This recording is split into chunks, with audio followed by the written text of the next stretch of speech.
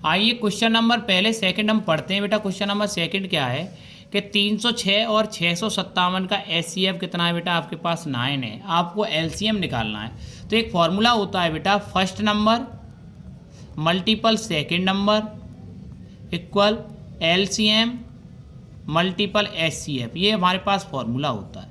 First number का मतलब क्या है बेटा, फर्स्ट नंबर पहले नंबर वाली संख्या। तो फर्स्ट नंबर आपके पास है बेटा 306 और सेकंड नंबर आपके पास कितना है बेटा, आपके पास सेकंड नंबर दे रखा है 657। एचसीएफ आपके पास कितना है बेटा, एचसीएफ 9 है। यहाँ फॉर्मूले में रखिए first number multiple second number equal में क्या आएगा, एलसीएम मल्टीपल एचसीएफ। 9 इधर मल्टीप्लाई में, इधर काय में आएगा डिवाइड में। तो 306 मतलब 306 गुणा अब कितना है बेटा 657 अपॉन में क्या आएगा 9 इक्वल में क्या आएगा बेटा एलसीएम। अब इससे इसे कट कर दो, 9 3 जा 27, कितना बचेगा 3, यहाँ हो जाएगा 36, 9 4 जा 36। अब बचा बेटा आपके पास 34 मल्टीप्लाई कितना बचा बेटा 657 बराबर में क्या आएगा एलसीएम। अगर इसका और इसका मल्टीप्लाई कराएंगे तो कितना आएगा 22 या 338। यही हमारा क्या हो गया बेटा एलसीएम। और 22 या 338 कौन से ऑप्शन में दे रखा है बेटा, सेकंड नंबर ऑप्शन में। यही हमारा क्या हो जाएगा, आंसर हो जाएगा। आइए क्वेश्चन नंबर बेटा अगला देखते हैं। क्वेश्चन नंबर हमारे पास थर्ड क्या है। थर्ड क्वेश्चन में ए की वैल्यू आपको दे रखी है 2² मल्टीपल 3 की पावर 3 मल्टीप्लाई 5 की पावर 4।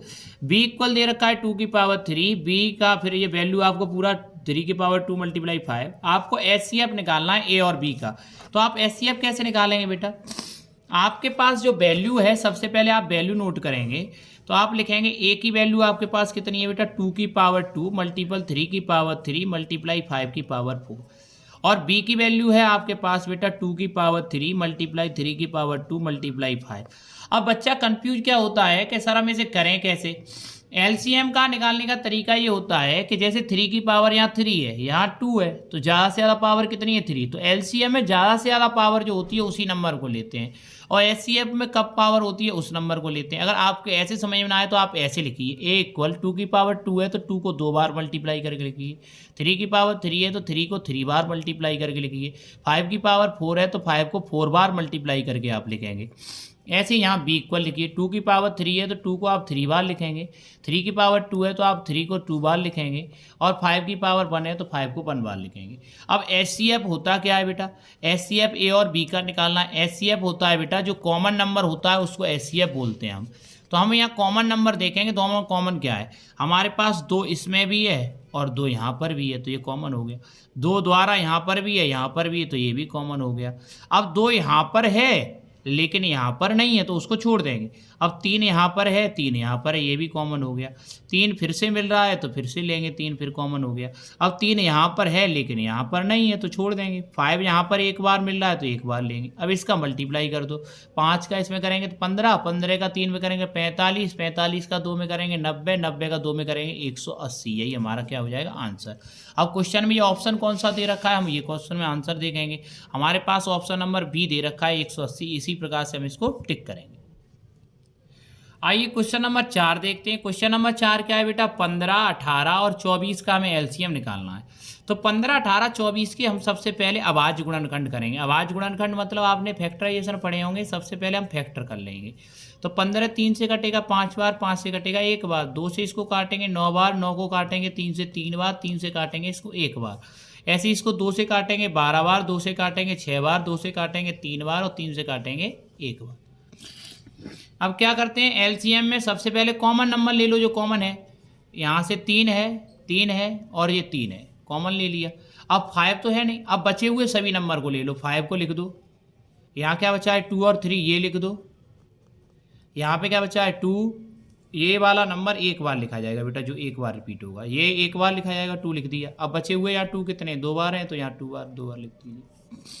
5 का इसमें कितना आएगा 15, 15 का 2 में करेंगे 30, 30 का 3 में करेंगे 90, 90 का 2 में करेंगे 180, 180 का 2 में करेंगे कितना आएगा 360। और 360 जो आंसर है वो ये रहा आपके पास। ये क्या हो जाएगा आपका एलसीएम हो जाएगा।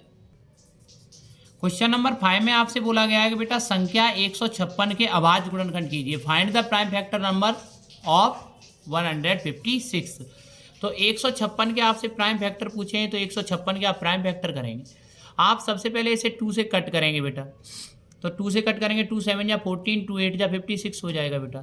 2 से कट करेंगे, 2 3 या 6, 2 9 या 18। 3 से कट करेंगे तो 3 से 13 टाइम्स जाएगा और 13 से ये 1 टाइम्स जाएगा।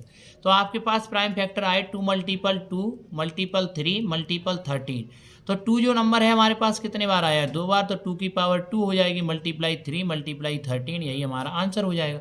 अब ये ऑप्शन में हमें देखना है कौन से वाले ऑप्शन में 2 की पावर कितनी है बेटा? 2, और हमारे पास आंसर क्या आया है बेटा? 2 की पावर 2 मल्टीप्लाई 3 मल्टीप्लाई 13। तो 2 की पावर 2 मल्टीप्लाई 3 3 मल्टीप्लाई 13, यही हमारा क्या हो जाएगा बेटा? आंसर हो जाएगा। क्वेश्चन नंबर 6 देखते हैं बेटा हम।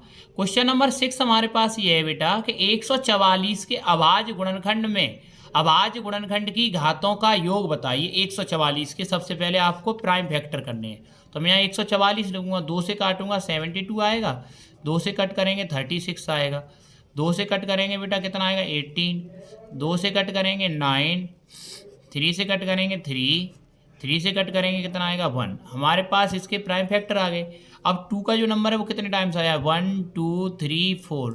2 जो है वो कितने बार आया है? 4 बार। मल्टीप्लाई 3 कितने टाइम्स आया है? 2 टाइम्स। तो 3 की पावर कितनी हो है? 2। अब हमें घातों का योग पूछा है, तो इसकी पावर क्या है बेटा? ये घात है, ये घात है, तो घात कितनी है? 4 और 2, 4 और 2 का योग करेंगे कितना आएगा? 6। तो घातों का योग कितना आ गया? 6, यही हमारा आंसर हो जाएगा। ऑप्शन नंबर कौन सा है बेटा? ये बी नंबर है, ये आपका आंसर हो जाएगा। क्वेश्चन नंबर 7 देखते हैं बेटा कि निम्नलिखित में से कौन सा सहवाच्य संख्याओं का युग्म है। तो आपको सबसे पहले मैं ये बता दूं बेटा कि सहवाच्य संख्याएं क्या होती हैं। सहवाच्य संख्याएं वे संख्याएं होती हैं जिनका हमेशा उभयनिष्ठ या कॉमन नंबर 1 होगा, या कहने का मतलब है जिनका एचसीएफ 1 होगा। तो मैं पहला नंबर ऑप्शन देखता हूँ, 14 और कितना है? 35। मैं 14 के फैक्टर करूंगा तो 2 गुणा 7 गुणा 1 आएगा बेटा। इसके फैक्टर करूंगा तो 5 गुणा 7 गुणा 1 आएगा। 1 तो कॉमन मिल रहा है, लेकिन 1 के साथ हमें 7 भी कॉमन मिल रहा है, तो ये हमारा अभाज्य गुणनखंड सहवाच्य संख्याओं का एक पेयर नहीं होगा। सहवाच्य संख्याओं के पेयर में क्या बताया जाता है कि सहवाच्य संख्याएं वे संख्याएं होंगी कि जिनका उभयनिष्ठ केवल 1 हो या इनका एचसीएफ 1 हो, 1 के अलावा कुछ और ना हो। तो यहाँ तो 7 आ रहा है, तो ये हमारा ऑप्शन पहला नंबर नहीं होगा, तो ये ऑप्शन हमारा आंसर में नहीं आएगा। नंबर है 18 और 25। 18 के मैं फैक्टर करूंगा 2 से 9 बार, फिर 3 से, और फिर 3 से, 3 3 या 9, और फिर 18 हो जाएगा। इसके कट करेंगे तो यहाँ आएगा 5 मल्टीपल 5 मल्टीपल 1, तो यहाँ पे ही 1। तो यहाँ केवल 1 के अलावा और कोई नंबर कॉमन है दोनों में? तो 1 के अलावा कोई नहीं, तो इनका एचसीएफ 1 आ रहा है, तो हमारा आंसर क्या हो जाएगा? 18 और 25, क्योंकि इनका एचसीएफ 1 है, इनमें कॉमन नंबर 1 है। क्वेश्चन नंबर 8 क्या है बेटा? क्वेश्चन नंबर 8 ये है कि शून्येतर परमेय संख्या और एक अपरमेय संख्या का गुणनफल हमेशा क्या होता है? तो आप याद रखना, सदैव एक अपरमेय संख्या होती है। जब भी आप किसी परमेय संख्या या अपरमेय संख्या का गुणा करेंगे तो हमेशा अपरमेय संख्या आएगी, लेकिन परमेय संख्या का गुणा परमेय संख्या में करेंगे तो परमेय संख्या आएगी, अपरमेय संख्या का गुणा अपरमेय संख्या में करेंगे तब अपरमेय संख्या आएगी। लेकिन परमेय संख्या का गुणा, कोई परमेय संख्या का गुणा अगर आप अपरमेय संख्या में करते हैं तो हमेशा अपरमेय संख्या आएगी, तो ऑप्शन नंबर बी आपका राइट हो जाएगा। अब क्वेश्चन नंबर बेटा 9 क्या बोल रहा है? परमेय संख्या और एक अपरमेय संख्या का भागफल क्या होता है? भागफल की बात करें या गुणनफल की बात करें, लेकिन आपको यहाँ कमिटमेंट क्या है? आपके पास यहाँ पे कंडीशन ये है कि परमेय संख्या को अपरमेय संख्या के साथ रिलेट किया जा रहा है, तो परमेय संख्या का जब अपरमेय संख्या के साथ गुणनफल किया जाएगा या परमेय संख्या का अपरमेय संख्या में भाग दिया जाएगा, हमेशा ही अपरमेय संख्या आएगी। जब भी परमेय संख्या का संबंध अपरमेय संख्या के साथ होगा, आपको अपरमेय संख्या ही आंसर मिलेगा बेटा। क्वेश्चन नंबर 10 क्या है बेटा? किसी परमेय संख्या के समतुल्य परमेय संख्याएं होंगी। कोई एक आपको परमेय संख्या दे रखी है और उसके समतुल्य आपको परमेय संख्याएं निकालनी है, तो कितनी परमेय संख्याएं हो सकती हैं? अपरिभाषित। अपरिभाषित का मतलब क्या है बेटा? इनफाइनाइट। जैसे आपने 9th क्लास में कोई क्वेश्चन आपको पढ़ाया गया होगा, जैसे मैं 9th क्लास में आपने क्वेश्चन पढ़ा होगा कि 3 व 5 के बीच 6 परमेय संख्याएं निकालो, तो आप क्या करते थे? 3 में 7 का ऊपर मल्टीपल नीचे मल्टीपल, ऐसे ही 5 में ऊपर 7 का मल्टीपल नीचे मल्टीपल। तो आपको चाहे कितनी भी परमेय संख्याएं पूछता है, समतुल्य का मतलब समान ही रहेंगी बाद में, तो आप जितनी भी परमेय संख्या पूछ सकता है। समतुल्य का मतलब जैसे मैंने कहा 2/3 के समतुल्य परमेय संख्या बताओ, तो पहले 1 1 से गुणा कर दो, तो ये पहली संख्या तो यही रहेगी। फिर दोनों में 2 2 से गुणा कर दो, तो फिर दूसरी संख्या 4/6 आ जाएगी। काटोगे तो लौट के तो 2/3 ही आएगी। देखो काटते हैं तो फिर लौट 2/3 आएगी। अगर आप 2/3 में 3 का गुणा करते हैं तो एक नई संख्या 6/9 आ जाएगी। 4 का गुणा करेंगे तो एक और संख्या आ जाएगी। 5 का गुणा करेंगे तो और संख्या आएगी। 6 से गुणा करेंगे तो और संख्या आएगी। 7 से गुणा करेंगे तो और संख्या आएगी। तो 2/3 में आप गुणा करते जाइए एक संख्या से, सेम संख्या से, 4 से, फिर 5 से, फिर 6 से, फिर 7 से, तो आपको कई सारी संख्याएं मिलती रहेंगी। तो अनगिनत या इनफाइनाइट या अपरिमित किसी भी परिमेय संख्या जैसी ही सेम परिमेय संख्याएं इनफाइनाइट होती हैं, उसके समतुल्य कई सारी परिमेय संख्याएं हो सकती हैं। तो क्वेश्चन नंबर बेटा 11 हम देखते हैं। क्वेश्चन नंबर 11 क्या है कि आपको दो संख्याओं का एलसीएम दे रखा है। संख्या क्या है? पहली संख्या आपके पास 132 है, दूसरी संख्या आपके पास 288 है। तो फर्स्ट नंबर आपके पास कितना हो गया बेटा? 132। सेकंड नंबर आपके पास कितना हो गया? 288। और आपको इनका एलसीएम कितना दे रखा है बेटा? एलसीएम इन दोनों का है, एलसीएम आपके पास है कितना बेटा? 31 68। आपसे इन दोनों नंबर का एचसीएफ पूछा है, मतलब मासा 132 और 288 का। तो आपको एक फॉर्मूला पढ़ाया था, first number multiple second number equal LCM multiply HCF. ये आपको पढ़ाया था अभी नंबर। आपको एचसीएफ निकालना है तो एलसीएम मल्टीप्लाई में डिवाइड में आएगा। तो एचसीएफ इक्वल क्या हो जाएगा बेटा? आपके पास first number multiple second number upon में क्या हो जाएगा? एलसीएम। फर्स्ट नंबर क्या है बेटा? आपके पास 132। सेकंड नंबर कितना है? 288। अपॉन में क्या आएगा बेटा? एलसीएम 31 68। अब आप इसको काट पीट के इसका आंसर सॉल्व कर लेंगे। आंसर कौन सा नंबर आएगा? डी नंबर ऑप्शन आंसर आ जाएगा आपका 12। जब आप इसको काट के सॉल्व करेंगे तो आपके नंबर कौन सा आएगा? आंसर डी नंबर ऑप्शन आ जाएगा 112। मैंने आपको तरीका बताया कैसे करना है आपको पेपर में। क्वेश्चन नंबर 12 ये बोलता है कि पाई क्या है बेटा? ये 9th क्लास में आपको पढ़ाया गया था कि पाई एक अपरिमेय संख्या होती है, क्योंकि पाई की जो वैल्यू होती है वो बेटा अप्रोक्सीमेट होती है। क्या होती है?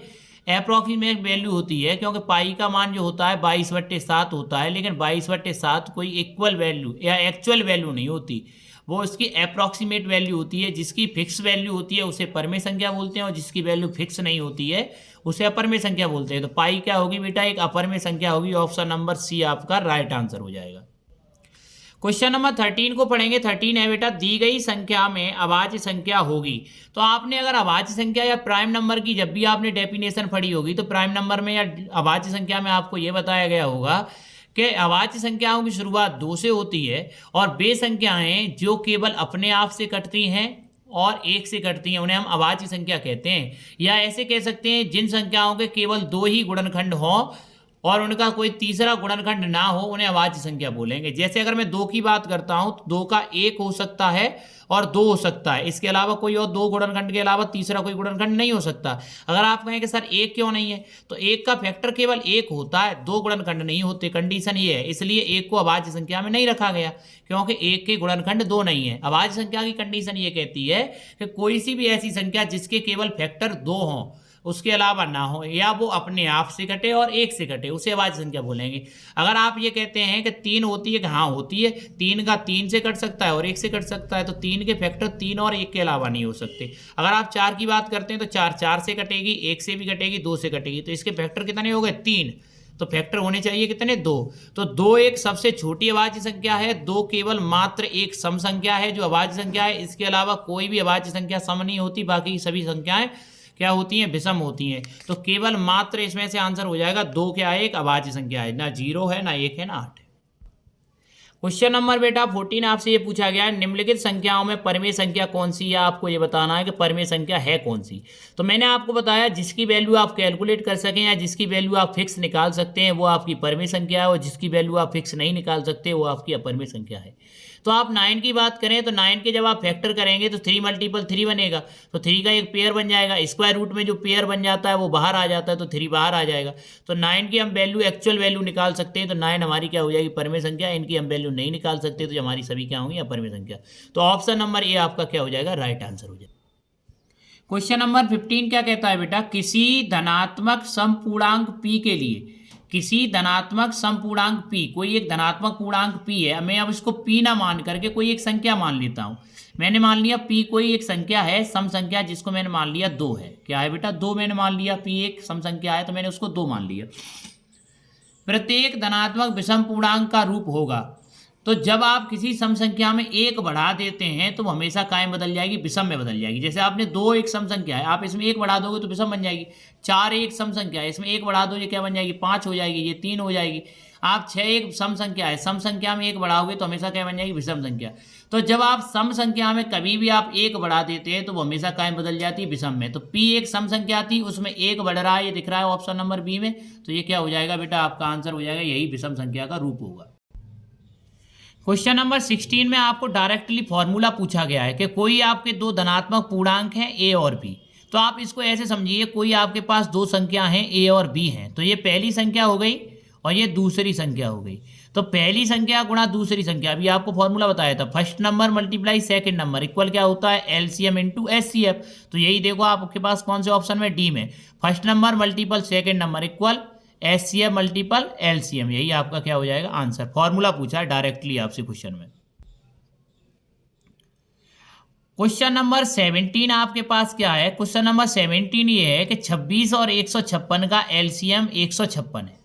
26 और 126 का एलसीएम कितना है, 156 है। आपको एचसीएफ इसका निकालना है। तो आपके पास 26 और 156 दो संख्याएं हो गई, तो आपको एचसीएफ निकालना है। तो first number multiple second number equal में क्या आएगा, एलसीएम इनटू एचसीएफ, ये आपके पास फॉर्मूला हो जाएगा बेटा। तो आपको फर्स्ट नंबर कितना दे रखा है, 26, और ये क्या दे रखा है, 156 सेकंड नंबर। एलसीएम आपके पास कितना है, एलसीएम आपके पास 156 है, तो आप एलसीएम की जगह 156 रख दीजिए, मल्टीप्लाई आप एचसीएफ लगा दीजिए। 156 मल्टीप्लाई में इधर काय में आएगा, डिवाइड में, तो 26 इंटू 156 अपॉन में क्या हो जाएगा बेटा, 156 इक्वल में क्या आ जाएगा आपके पास एचसीएफ। 156 से 156 को आप काट देंगे तो क्या बचेगा, 26 बराबर एचसीएफ हो जाएगा। तो एचसीएफ कितना हो जाएगा बेटा, 26। ऑप्शन नंबर बी आपका क्या हो जाएगा, राइट हो जाएगा। क्वेश्चन नंबर 17 के बाद आपके पास 18 नंबर क्वेश्चन है, वह बड़ी से बड़ी संख्या। जब भी आपसे कहा जाता है कि बड़ी से बड़ी संख्या का मतलब होता है बेटा एचसीएफ, और आपसे बोला जाए छोटी से छोटी संख्या या न्यूनतम संख्या, उसका मतलब होता है एलसीएफ। तो बड़ी से बड़ी संख्या का मतलब है एचसीएफ, जिसमें अगर 245 और 137 में भाग दें जिस संख्या से, तो शेषफल 5 आए। तो बची हुई संख्या को ही तो शेषफल बोलते हैं, तो जो संख्या बचती है वो हमारा शेषफल होती है। तो 245 में अगर हम डिवाइड कर रहे हैं तो कितना बच रहा है, 5। तो क्लियर बात है कि अगर इसमें से 5 हटा दें तो 240 क्या हो रहा होगा, कट रहा होगा। ऐसे ही इसमें से 5 हटा दें तो 1032 जो संख्या होगी वो कट रही होगी। 5 एक्स्ट्रा है तभी तो बच रहा है। शेषफल का मतलब होता है एक्स्ट्रा नंबर होना। तो 5 इसमें एक्स्ट्रा है, 5 इसमें एक्स्ट्रा है, तो मैंने एक्स्ट्रा नंबर को हटा दिया। और इन दोनों का क्या निकाल देंगे बेटा, बड़ी से बड़ी संख्या पूछिए तो क्या निकालेंगे, इन दोनों का एचसीएफ। क्या निकाल देंगे, एचसीएफ। और 240 और 1032 का आप एचसीएफ कर दीजिए। जब आप 240 और 1032 के फैक्टर करेंगे उसके बाद एचसीएफ निकालेंगे तो एचसीएफ कितना आ जाएगा, 24। और 24 नंबर आपका ऑप्शन हो जाएगा जी। बेटा चैप्टर नंबर ये फर्स्ट के आपके मोस्ट इंपोर्टेंट एमसीक्यू थे जो कि आपके बोर्ड एग्जाम 2024 में आएंगे। इस वीडियो को ज़्यादा से ज़्यादा शेयर करें और पसंद आए तो बेटा लाइक शेयर एंड सब्सक्राइब जरूर करा करें। धन्यवाद।